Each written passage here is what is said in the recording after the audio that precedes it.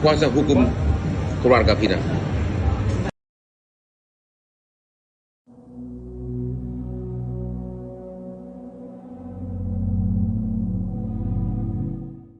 Sosok Peggy Setiawan alias Peron terus menjadi sorotan publik. Terlebih terduga pelaku pembunuhan Vina Cirebon itu dibela habis-habisan oleh ibu kandungnya bernama Kartini.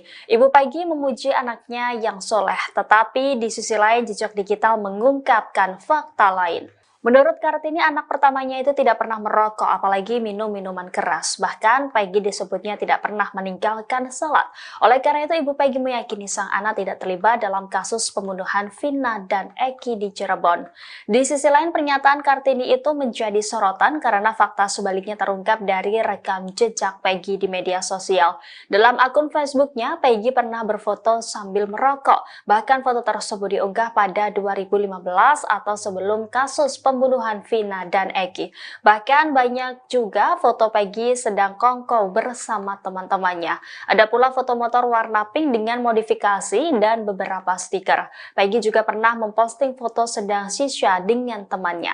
Selain itu, Peggy juga pernah memamerkan tato di bagian tangan kanannya. Tato yang berada di bagian dalam tangannya itu bergambar bintang dan berwarna merah. Bahkan saat ditangkap polisi baru-baru ini terlihat pada foto yang beredar jika Peggy memang memiliki tato.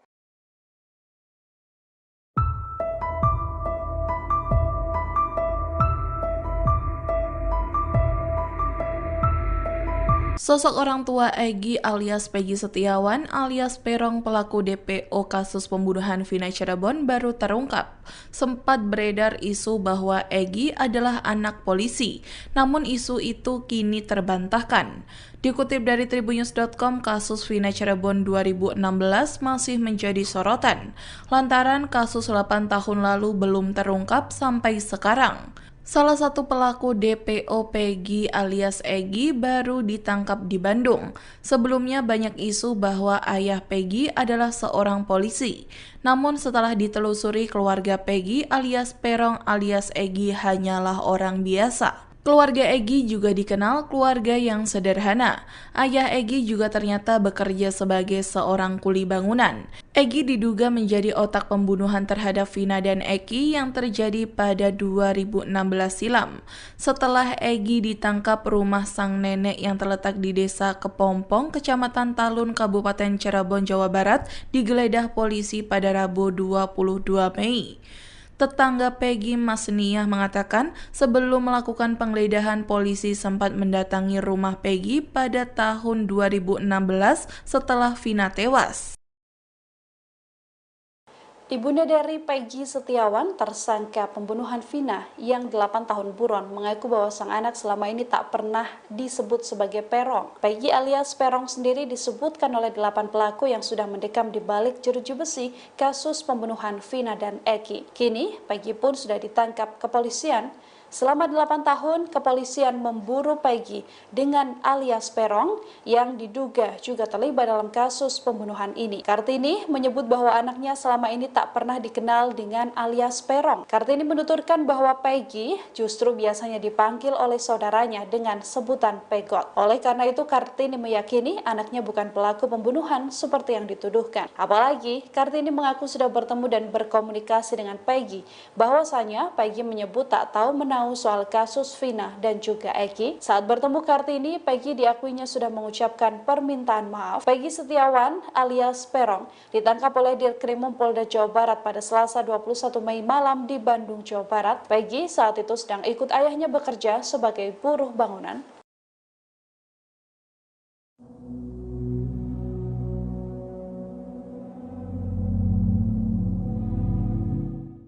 Rumah Peggy Setiawan alias Peron ternyata sudah pernah didatangi oleh pihak kepolisian pada tahun 2016 terkait pembunuhan Vina dan Eki di Cirebon.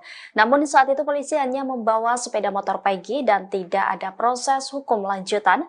Peggy Setiawan ditangkap baru-baru ini setelah kasus pembunuhan tersebut viral di media sosial. Diketahui Peggy Setiawan baru ditangkap di Bandung, Jawa Barat pada Selasa 21 Mei setelah buron 8 tahun.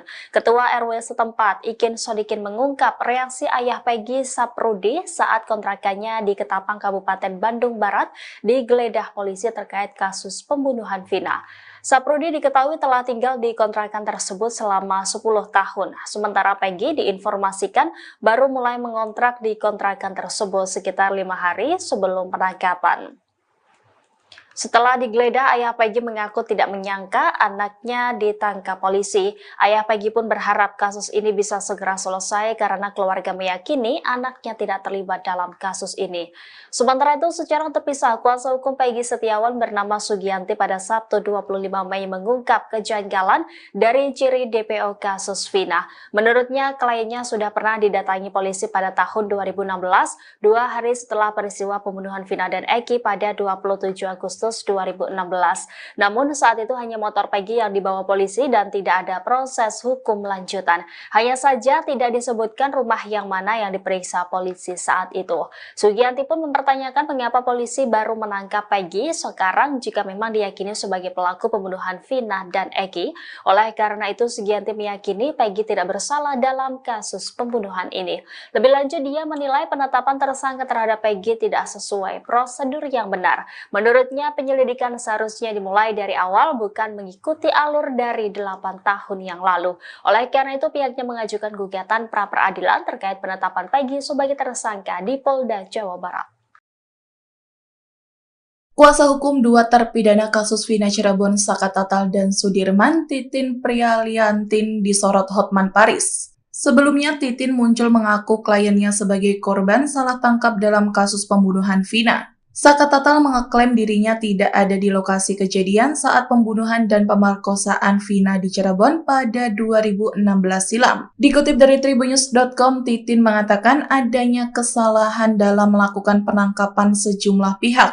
Hotman Paris selaku kuasa hukum keluarga korban Vina menanggapi pernyataan dari pihak Saka Tatal. Pengacara kondang ini menantang Titin untuk membuktikan beberapa hal jika benar Saka Tatal adalah korban salah tangkap. Tantangan itu diungkap Hotman Paris melalui unggahan Instagram pribadinya pada Sabtu 25 Mei. Dalam postingannya, Hotman mempertanyakan adakah upaya kuasa hukum Saka mengajukan peninjauan kembali demi bisa membebaskan kliennya. Pasalnya, Hotman Paris menyoroti sikap Titin yang begitu lantang koar-koar di televisi membantah keterlibatan kliennya dalam pembunuhan Vina. Hotman pun meminta wartawan untuk membantu menanyakan perihal tersebut kepada kuasa hukum Saka Tatal.